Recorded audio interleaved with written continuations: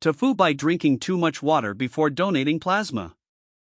I want to preface this by saying I saw a post on here last night and thought to myself, I wonder when I'll have something to post here. For the love of God, never be as foolish as I was. This happened a couple of hours ago. I'm a healthy 25-year-old guy currently in professional school. I've recently discovered the gem of donating plasma for some extra spending money.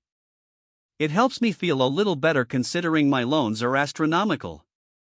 Anyway, I set my appointment for 9 o'clock today.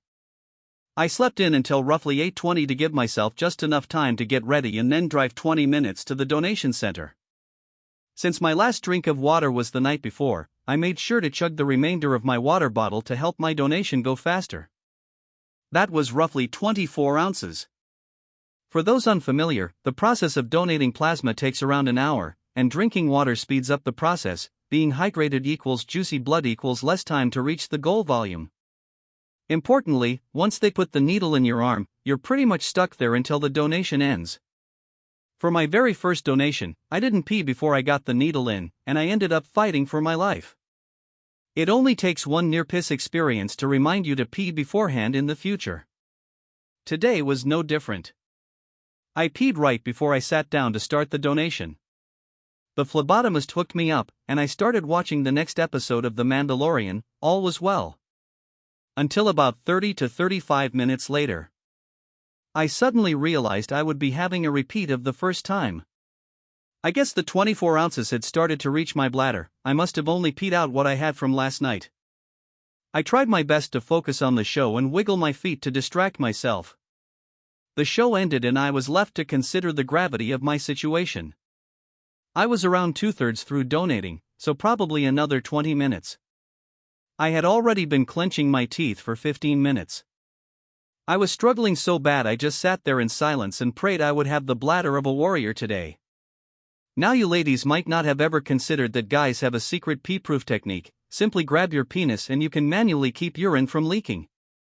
The trade-off is that the pressure builds up in your urethra rather than your bladder, and is very painful. This is the last resort. Once you do it, you're guaranteeing that there will be some leakage once you finally release your grip, along with extreme pain until then. I knew I couldn't endure that pain for the rest of my donation, so I didn't do it. Desperation overcame me, and I mustered the courage to ask my phlebotomist if I could pause the donation to go to the bathroom. She was very nice and said, "Sure. We will just have to replace the fluids we've taken, and then you can go." Lovely. I had a closer endpoint, though unfortunately it's still several minutes away. While I waited, I realized that at some point my urethral sphincter couldn't contain the floodwaters, and I had pissed myself. It wasn't enough to get the seat wet and happened gradually enough that my clothing soaked it up, creating a large wet spot. I imagine it looks similar to Adam Sandler in Billy Madison, for size reference. However, I am so grateful that I decided to wear athletic shorts today instead of jeans. If I had worn jeans, everyone would be able to tell I was a big piss baby even out of the corner of their eye. While we were waiting for the donation to finish, she asked me if I was going to make it. I can only imagine how pitiful I looked to her, wide-eyed and wiggling in desperation. I thought for a moment and said, "I don't know. I mean, legitimately, what do I say? Yeah, I think I'll make it because I already pissed? No, I already didn't make it? Who knows?" With the speed of a seasoned street vendor, she pulled out the needle, wrapped my arm, and told me I was good to go.